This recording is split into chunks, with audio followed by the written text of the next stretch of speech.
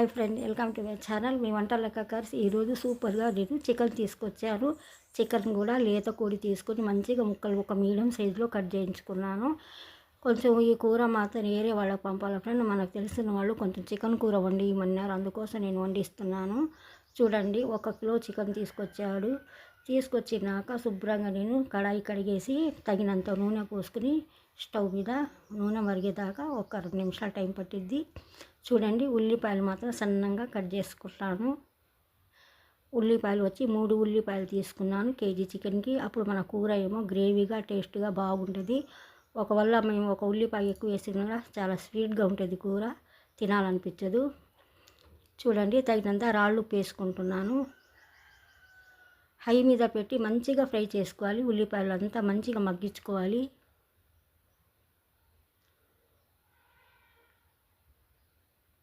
మంచి పింక్ కలర్లో వచ్చేసినాయి ఉల్లిపాయ ముక్కలని. తగినంత అల్లం చిన్నులపాయలు పేస్ట్ వేసుకుంటున్నా.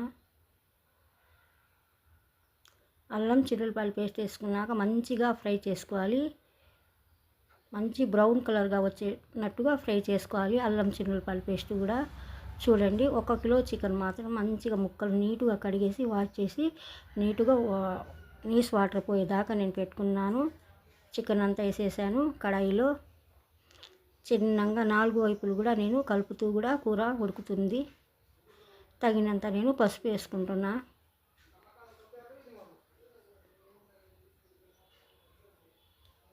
మంట మాత్రం హై మీద పెట్టేశాను. ఇది పొడిలన్నీ నేను గ్రైండ్ చేసుకున్నాను.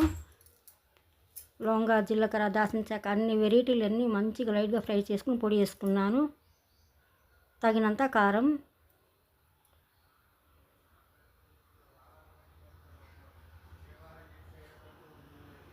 ముక్కలన్నీ మంచిగా అసలు ఒక రకంగా జ్యూసీగా మెత్తంగా ఉడికిపోతున్నాయి. కొంచెం కూడా వాటర్ లేకుండా నేను వేసుకున్నాను కదా, ముక్క కొంచెం గట్టిగా అవుతుంది. చూడండి, నేను ఏరే పొయ్యి మీద అన్నం పెట్టేశాను.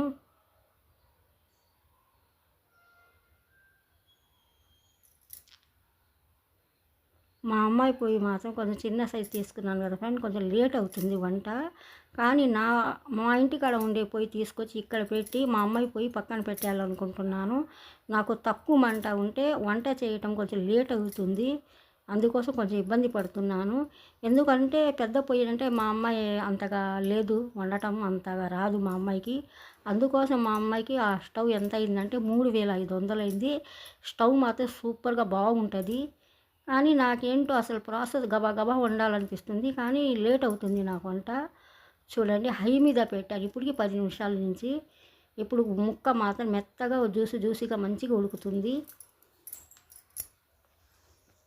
నేను బారు పచ్చిమిర్చి వేసుకుంటున్నాను. మసాలాలో బారు పచ్చిమిర్చి వేసుకుంటే బాగుంటుంది. చూడండి, మెత్తగా పచ్చి కొబ్బరి మాత్రం కొంచెం గ్రైండ్ చేసుకుని వేసుకుంటున్నాను.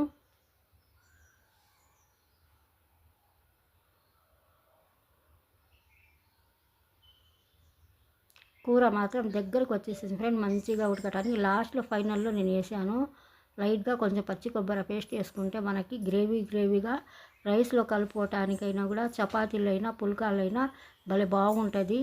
ముక్కల కన్నా గ్రేవీ టేస్ట్గా ఉంటుంది.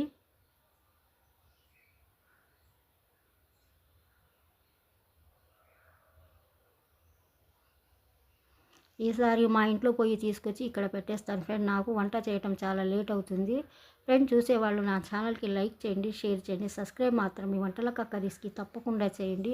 సూపర్ మంచి వంటలతోనే వస్తుంటాను. చూడండి, లాస్ట్లో ఫైనల్ వచ్చి నేను కొత్తిమీర వేసుకున్నాను. కొత్తిమీర వేసుకున్నాక హై మీద పెట్టి ఒక 5 నిమిషాల దాకా మంచిగా కూర మగ్గించుకుంటున్నాను. ఇలా ఉడకబెడితే మళ్ళీ ఒక 5 నిమిషాలు కొత్తిమీర వేసుకున్నాక అసలు ఎంత కమ్మటి గుమగుమలాడిపోతుంటుందో. నాకు కొంచెం గ్రేవీ తక్కువ ఉంది, ముక్కలు మాత్రం ఎక్కువ ఉందని కొంచెం నేను 1 గ్లాస్ నిండా వాటర్ వేసుకున్నాను. నాకు గ్రేవీ కావాలని వేసుకున్నాను. అది మన ఇష్టం. గ్రేవీ ఎక్కువ ఉండాలంటే లైట్గా కొంచెం పలసంగా ఉంటే బాగుంటుంది రైస్లో కలుపుకొని తినడానికి. కొంచెం చిక్కదనం ఉంటే కొంచెం ఒక రకంగా లైట్గా కలుపుకోవచ్చు, కానీ నాకు కొంచెం లూజ్గా ఉంటేనే బాగుంటుంది. ఒక పొయ్యి మీద మాత్రం అన్నం మాత్రం మంచిగా ఉడికిపోతుంది.